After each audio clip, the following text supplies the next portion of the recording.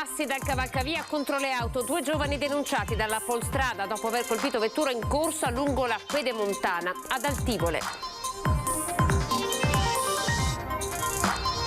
Decine di identificati, 4 già denunciati per la rissa di sabato scorso in centro storico. Ci sono anche minori e ragazze in previsione del probabile bis. Domani servizi rafforzati, città tappezzata di occhi elettronici.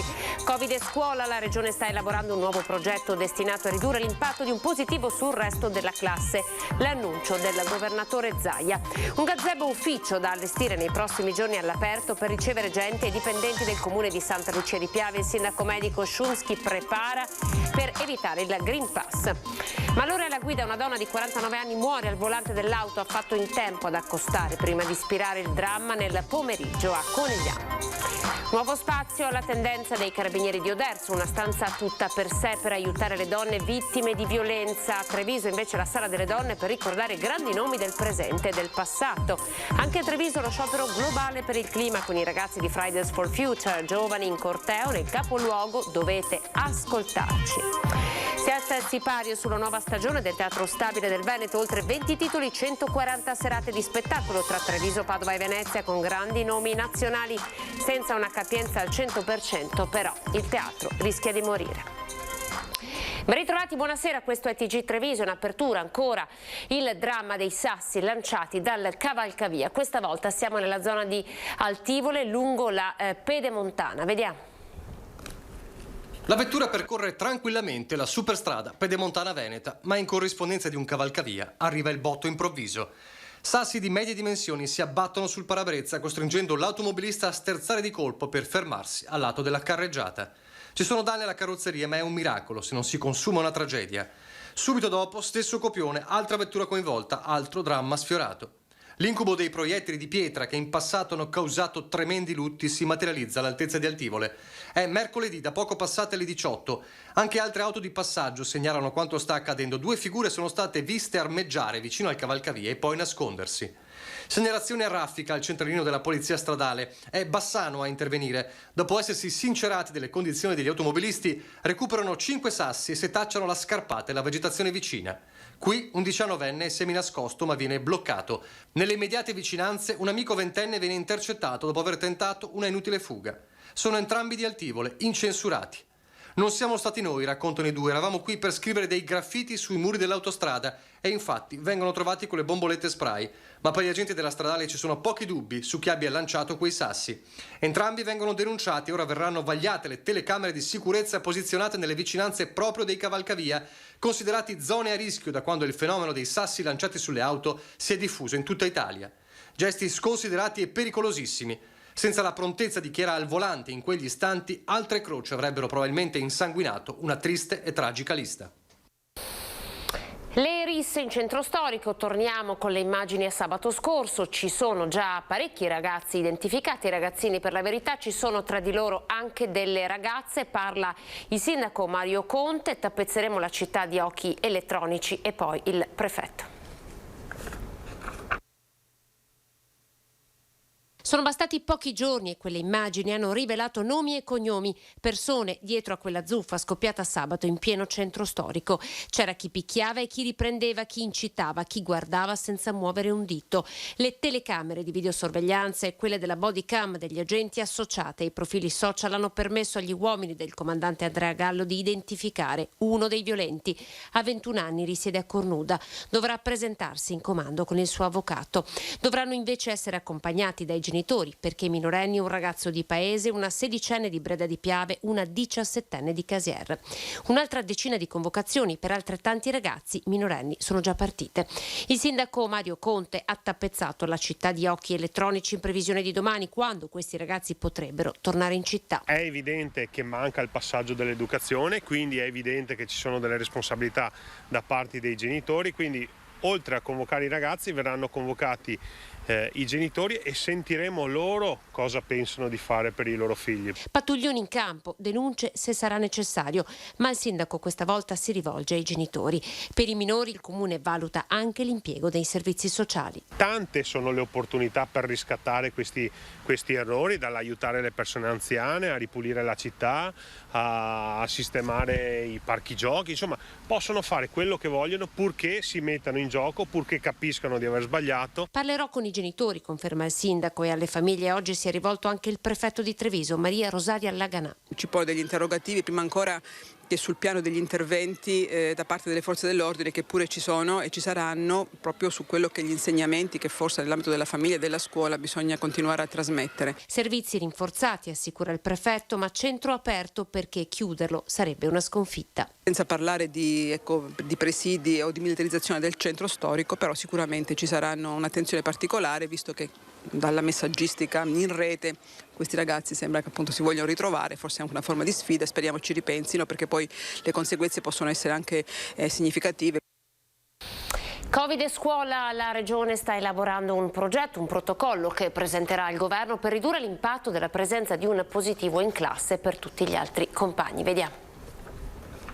Io penso che noi dovremmo ancora attendere almeno un paio di settimane per capire quale effetto avremmo avuto dall'apertura delle scuole, perché le scuole rappresentano per antonomasia l'assembramento più cospicuo, più importante. Continua il monitoraggio con il piano delle scuole Sentinella, ma è ancora troppo presto per valutare l'impatto esatto della riapertura delle scuole sull'andamento dei contagi. Nel frattempo la Regione Veneto sta lavorando ad un progetto che verrà poi proposto alla cabina di regia nazionale per ridurre ulteriormente le conseguenze della presenza di un positivo sul resto degli alunni di una classe. Stiamo anche elaborando una proposta da proporre a livello nazionale per avere un approccio che sia, come si può dire, un po' più confacente al fatto che non si blocchino scuole nel momento in cui ci possa essere un focolaio. Ecco, direi che la filosofia del lavoro potrebbe essere quella di dire intanto di vedere la percentuale di vaccinati all'interno della classe, che può essere già una prima discriminante,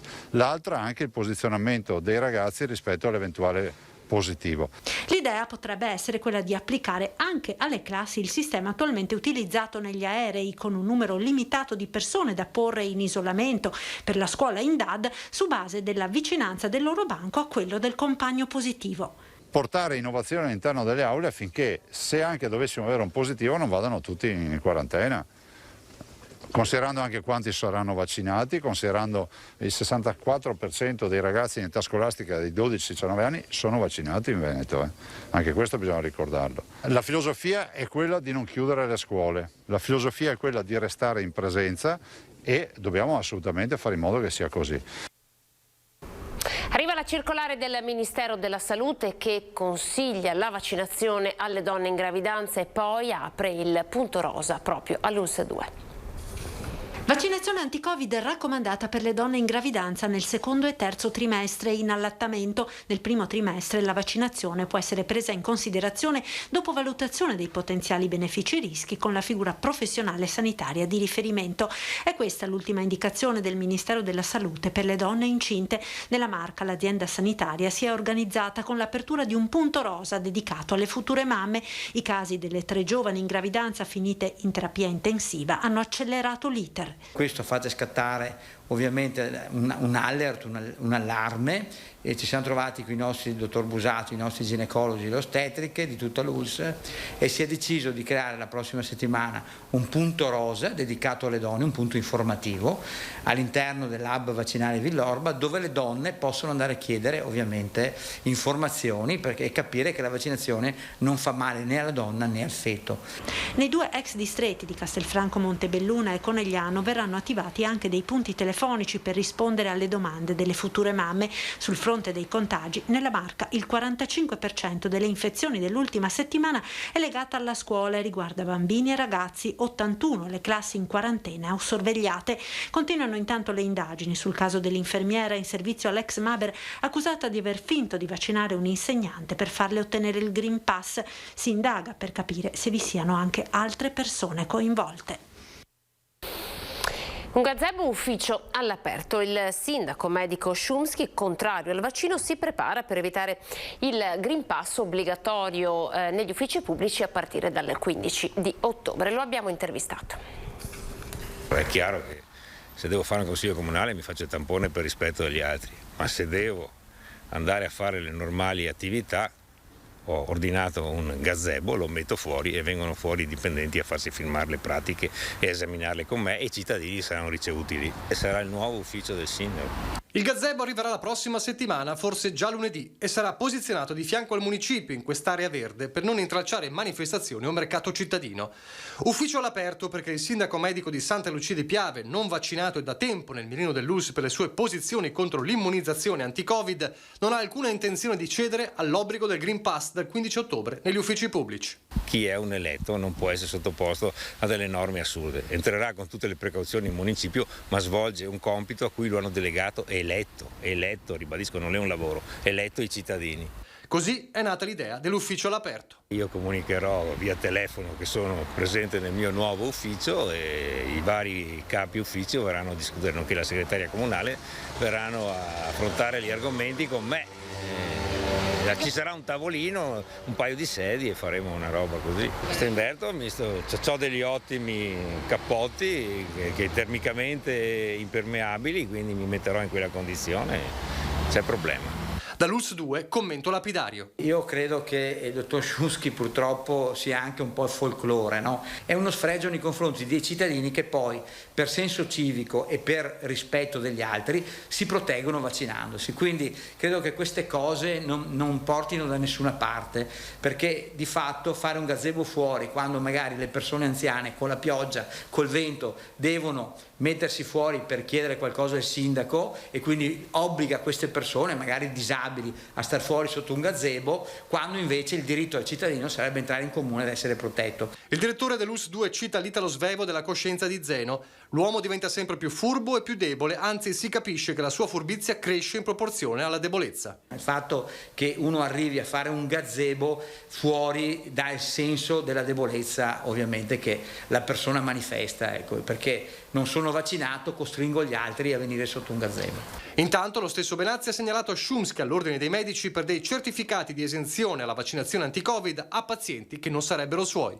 Lui ha fatto delle certificazioni perché mi sono giunte per richieste di chiarimenti anche in una provincia fuori quella di Treviso, in Friuli, e quindi queste ovviamente sono atti arbitrari fatti da lui contro la legge, contro la deontologia, per cui questo io ovviamente l'ho stigmatizzato alle autorità competenti perché ovviamente lui non poteva fare queste certificazioni. Una vicenda sulla quale Szumski preferisce per ora non parlare.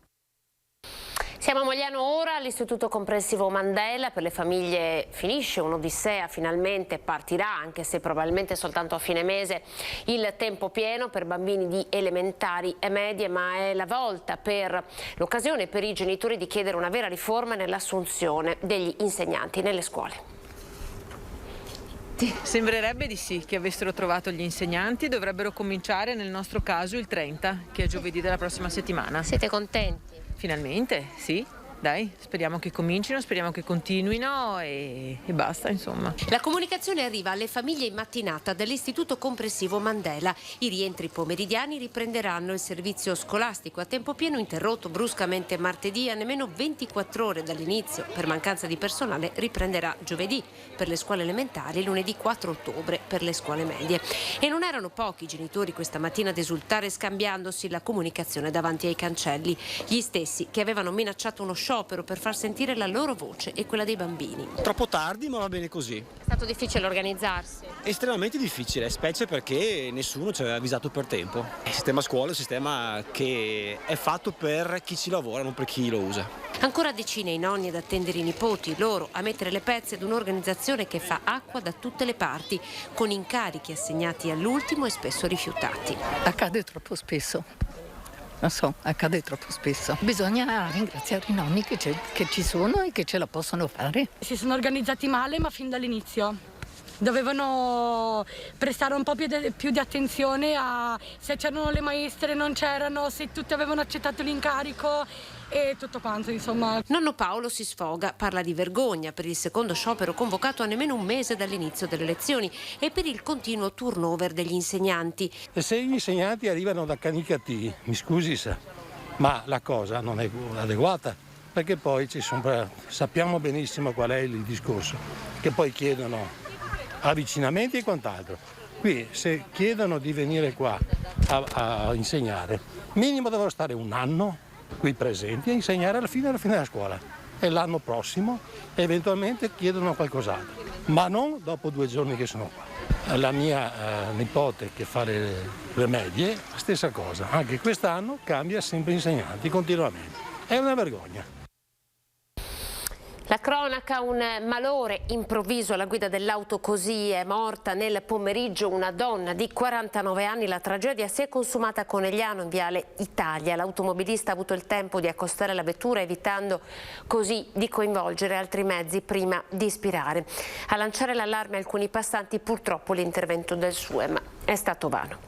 Andiamo ad Oderzo, taglio del nastro, la tendenza dei carabinieri con un nuovo spazio dedicato proprio alle donne. Vediamo.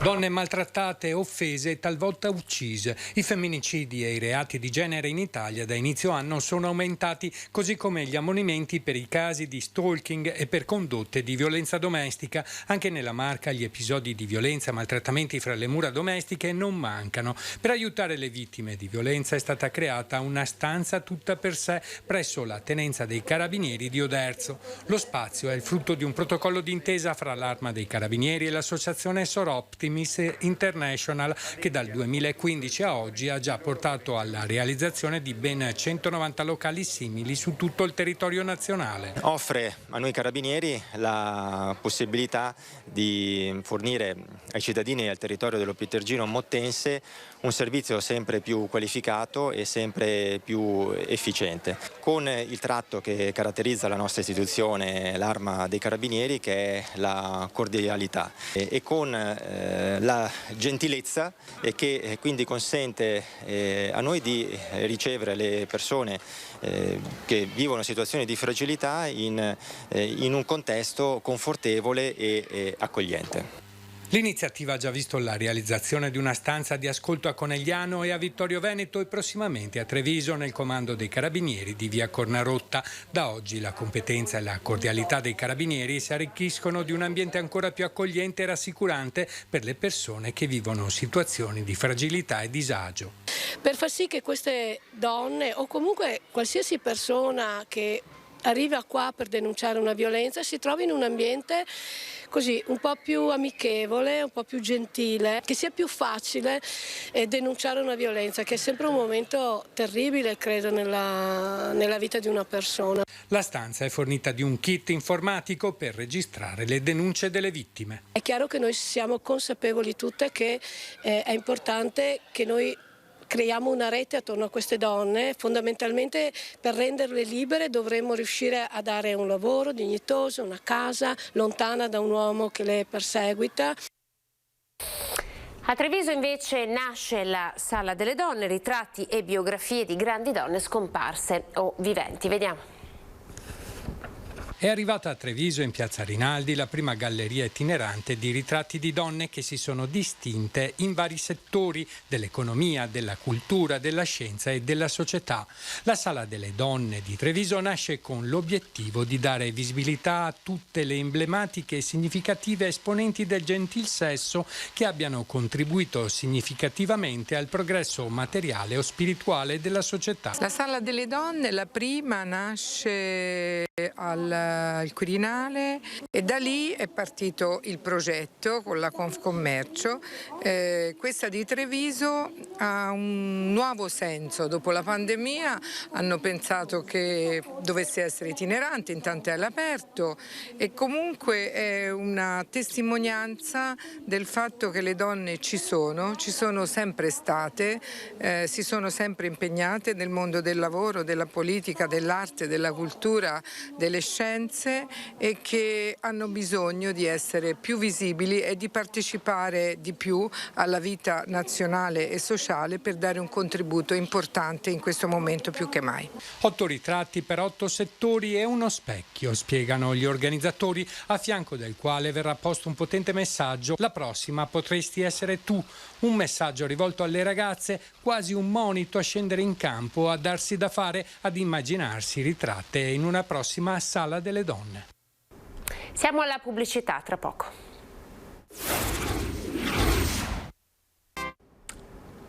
Ben ritrovati, ripartiamo da Treviso con lo sciopero globale per il clima a cui hanno partecipato anche i ragazzi di Fridays for Future. Si voglia ribellare contro tutto quello che è successo in questi 2 anni.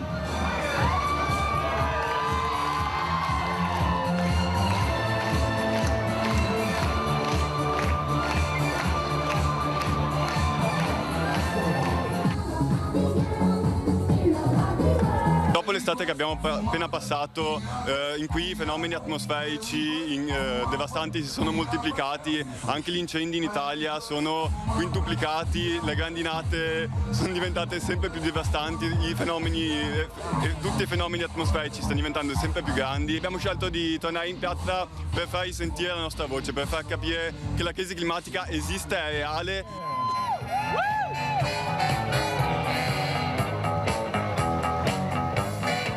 Ogni suono che diamo resta muovendo la tua testa e vediamo solo quello in cui crediamo. Noi continueremo a lottare perché pretendiamo un futuro. Muovi la testa e ti piace farlo, alzi il volume per il gusto di bombarlo. Stringi le tue scarpe. Per noi è molto importante perché è da anni che continuiamo a ribadirlo e ancora nessuno ci sta ascoltando. Quest'anno appunto c'è stato il G20, ci sarà la pre-COP, come è stato per gli accordi di Parigi e col protocollo appunto di Kyoto. Ogni anno sempre vediamo che tutti questi accordi che vengono presi non vengono mai rispettati. Ci sentiamo presi in giro. È necessario tornare ogni volta perché noi dobbiamo far sentire la nostra voce, perché non ci hanno ascoltato, non ci stanno ascoltando ed è importante che noi ribadiamo sempre gli stessi concetti. Sicuramente per il nostro futuro, perché se continuiamo così noi non ne avremo uno e neanche i nostri possibili figli. Quindi io lo trovo veramente importante venire qui e saltare un giorno di scuola per fargli capire che ci teniamo. Ci sono molti problemi per le macchine e in generale anche per quello che facciamo noi in tutta la nostra vita quotidiana, che se aggiustato può, diciamo, aiutarci a salvare il nostro pianeta. Io voglio cercare di evitare consumi e sprechi e tutte queste cose, perché veramente se no alla fine limitiamo la vita di tutti quanti sul pianeta di centinaia di anni.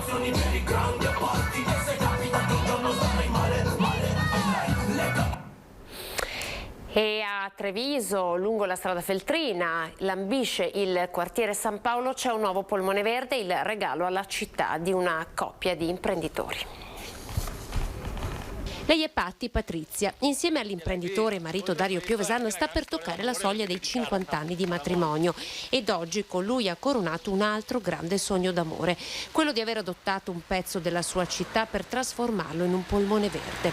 Proprio qui, a pochi passi dalla strada Feltrina, il Bosco di Patti, questo è il suo nome, 7.000 metri quadrati di superficie, grazie alle centinaia di piante e specie arboree piantumati, restituirà un po' di aria pulita ad un quartiere da sempre schiavo dello smog. È per la terra, perché questa povera terra nostra così maltrattata, fai un gesto, cercare di darle un respiro, ecco, questo era nella nostra intenzione. Il progetto rientra nel piano di forestazione urbana del comune di Treviso, che è valso alla città la candidatura a realtà più sostenibile d'Europa. Questa volta ad intervenire sono stati 2 privati cittadini che con questo gesto hanno regalato ossigeno alla loro città natale, nonostante risiedano a Montebelluna. Al taglio del nastro questa mattina erano presenti i figli della coppia, i tecnici comunali, il sindaco Mario Conte e l'assessore alle politiche ambientali Alessandro Manera. Sottolineo che veramente è il primo caso in cui un utente privato dona un così grande regalo al comune e lo fa in termini di sostenibilità ambientale. Il prossimo, l'assessore Manera suggerisce San Pelaio. Intanto è già allo studio la realizzazione di una passerella pedonale che collegherà quartiere San Paolo all'ipermercato Lando, senza dover passare a piedi per la statale con le borse della spesa. Si alza il sipario sulla nuova stagione del Teatro Stabile del Veneto, scenari senza confini, oltre 20 titoli, 140 serate, ma con una capienza dell'80% questo teatro non è sostenibile. Il Teatro Stabile del Veneto con una capienza al 50% chiude subito, con una capienza all'80% chiude a dicembre, quindi o viene restituita la possibilità a tutti di entrare a teatro e quindi di pagare un biglietto, oppure noi moriamo, ma con noi muore tutto il teatro. A lanciare l'appello al governo affinché si porti il pubblico a teatro ad una capienza del 100% è il presidente del Teatro Stabile del Veneto, che conta nei 3 palcoscenici di Venezia, Padova e Treviso 2.265 posti a pieno regime. Appello che arriva nel giorno di presentazione del programma della nuova stagione teatrale Scenari senza confini, cartellone che ha l'obiettivo di coniugare l'internazionalità tenendo salde le radici sulla tradizione. Sicuramente per noi è un grande segnale anche di speranza e di fiducia nei confronti del futuro. Vogliamo che i teatri riaprano a piena capienza e che il nostro Teatro Stabile del Veneto riprenda ad avere quel ruolo centrale per la cultura veneta e che il suo riconoscimento di teatro nazionale. Questo è il nostro impegno per il futuro. 20 titoli e 140 serate di spettacolo tra il Goldoni, il Verdi e il Mario del Monaco, di cui 6 debutti in prima nazionale. Si parte il 14 con la Turandot di Carlo Gozzi, adattata e diretta da Pierluigi Pizzi. Stagione che conta su nuove produzioni con attori, registi, ballerini amati dal pubblico, da Robert Wilson, Peter Brook, Anna Foglietta, Ottavia Piccolo, Monica Bellucci, Alessandra Ferri, solo per citarne alcuni. Una stagione che unisce il teatro e la drammaturgia e gli adattamenti moderni di classici e poi spettacoli goldoniani. Attenzione al territorio che si manifesta anche con una serata al Verdi dedicata all'Urbs Picta, così come sarà celebrata la ricorrenza della Giornata Internazionale della Cultura Ebraica, mentre ad arricchire il calendario della stagione del Teatro Mario del Monaco sarà il cartellone lirico concertistico che partirà il 20 ottobre con il Don Pasquale di Donizetti. Siamo alle previsioni del tempo del venerdì con il generale Giancarlo Iannicelli. Un'area anticiclonica di alte pressioni, per intenderci, interessa quasi tutta la nostra penisola. L'azione positiva è evidente sulla carta del tempo. Potete vedere infatti l'assenza di fenomeni meteorologici su tutta la nostra penisola. Potete notare però che ad ovest ci sono degli impulsi di aria umida, instabile, in cui si formano sistemi perturbati. Sono deboli, tendono a provenire a portarsi su verso di noi, però esauriscono quasi tutti i loro effetti sulla parte occidentale. Noi ne subiamo solo gli effetti indiretti, molto leggeri, quindi è presto detto un fine settimana sì d'autunno, ma con tempo tutto sommato buono, discreto. Per sabato una nuvolosità non intensa, con ampi spazi di sereno, di rasserenamenti. Per domenica la nuvolosità potrà essere un po' più insistente, ma lascerà comunque spazio a dei rasserenamenti. Queste caratteristiche ci accompagneranno anche per gran parte della prossima settimana, verso fine settimana qualche ora di peggioramento, ma non sono previsti fenomeni sostanziali indicativi. Quindi l'autunno prosegue con un tipo di tempo abbastanza stabile. Intanto i venti per le prossime 48 ore saranno molto deboli, direzione variabile, anche se c'è ancora un leggero afflusso da ovest di aria umida e si sente. Le temperature minime 15-17 gradi, massime 25, 26, anche 27 gradi, però poi gradualmente, con regolarità, la prossima settimana tenderanno a calare e a portarsi sui 22-23 gradi, che sono temperature più normali per questo periodo. Per finire, l'Alta Adriatica è previsto quasi calmo, poco mosso. È tutto. Siamo alla pagina di Belluno.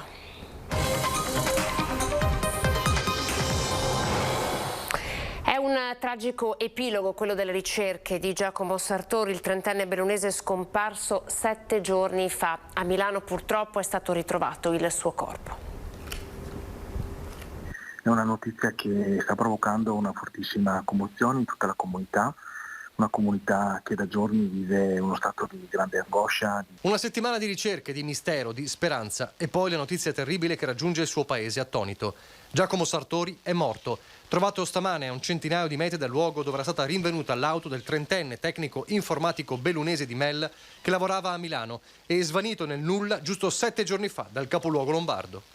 Il corpo di Giacomo era in una cascina nella zona di Casorate I, nel lembo di terra a cavallo tra le province di Pavia e Milano. È stato trovato impiccato con un cavo elettrico. A Borgo Valbelluna i cittadini attoniti e in silenzio. Il sindaco chiede rispetto per la famiglia. Come amministrazione ovviamente raccogliamo il sentimento di tutti i nostri paesani, un sentimento unanime, e ci stringiamo con grande affetto attorno alla famiglia di Giacomo. E nel partecipare a questo dolore di familiari, di amici, dell'intera comunità, chiediamo però a tutti adesso un rispettoso silenzio. Restano però ancora molti gli elementi da chiarire per i carabinieri del nucleo investigativo di Milano, a partire dal fatto che l'area dove si trova la cascina era stata battuta palmo a palmo per tutta la giornata di ieri, mentre i vigili del fuoco erano convinti di trovarlo ancora vivo. Giacomo era scomparso dopo aver trascorso la serata con alcuni amici in un locale in zona Porta Venezia, nel capoluogo lombardo. Proprio nel bar era avvenuto il furto dello zaino del giovane con all'interno il computer aziendale, un episodio che, a detta dei conoscenti, l'aveva molto turbato. Svanito nel nulla da quel momento e con l'auto ritrovata a 21 km di distanza in una zona che non aveva mai frequentato. Torna allo sci, questa volta grazie al Green Pass. Dal 27 novembre riapriranno gli impianti di risalita.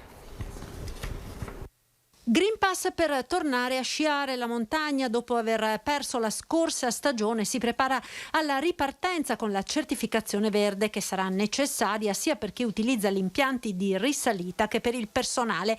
A breve anche il dettaglio delle altre linee guida per la riapertura, che sarà comunque per cabinovie e funivie all'insegna di mascherine, sanificazioni, finestrini aperti e capienza ridotta. Parliamo di una capienza quindi ridotta all'80% per funivie, cabinovie e seggiovie con la cupola paravento, mentre una capienza pari al 100% è prevista per tutti i veicoli aperti. La macchina si è già messa in moto con l'avvio dei contatti per l'assunzione degli stagionali, che ovviamente dovranno avere il Green Pass, ma dal mondo degli operatori si leva la richiesta di definire meglio il sistema di controllo del certificato verde anche per tutti i clienti. Perché il Green Pass verrà controllato in albergo, nella ristorazione ad alta quota e nel fondovalle, quindi nei rifugi, agli impianti di risalita, e dobbiamo evitare di diventare ad esempio anche troppo pesanti nei controlli verso il cliente. Quindi dobbiamo trovare un sistema che uniformi il controllo ad un unico momento, che può essere all'atto di vendita dello ski pass, all'arrivo in albergo, all'accesso al rifugio, però che sia sufficiente controllare una volta il cliente e il possesso del Green Pass. Come? Possibilmente anche mediante la tecnologia, mediante la digitalizzazione. Intanto è addirittura d'arrivo la partita dei ristori attesi da tutto il settore, rimasto completamente bloccato l'anno scorso. Sappiamo che la Commissione europea ha approvato questa misura già a fine luglio e ora siamo in attesa del decreto attuativo che è sul tavolo della Corte dei Conti. Il Ministero ci ha confidato che sentono molto fiduciosi nel poter rendere questa misura operativa già dai primi giorni del mese di ottobre. Questo era il nostro ultimo servizio, siamo come sempre alle previsioni del tempo in chiusura, grazie per essere stati in nostra compagnia, arrivederci.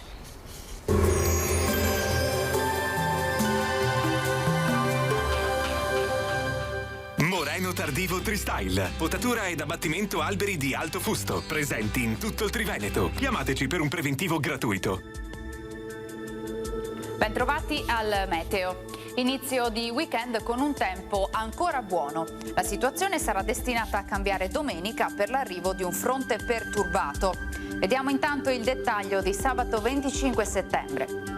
Sul Veneto giornata caratterizzata da qualche foschia e nube bassa al mattino, specie in pianura e sulle vallate alpine. Altrove tanto sole ovunque e cielo al massimo poco nuvoloso.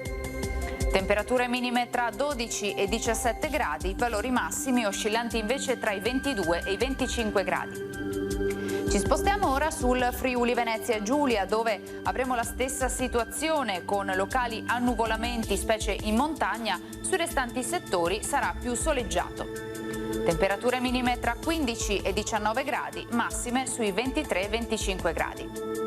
Infine ci spostiamo sul Trentino Alto Adige, dove avremo anche qui condizioni di tempo asciutto e soleggiato, come vediamo, e il cielo si presenterà sereno o velato. Temperature minime intorno ai 14-15 gradi, massime sui 24-25 all'incirca. Dal meteo di Antena 3 è tutto, grazie per l'attenzione e arrivederci al prossimo aggiornamento.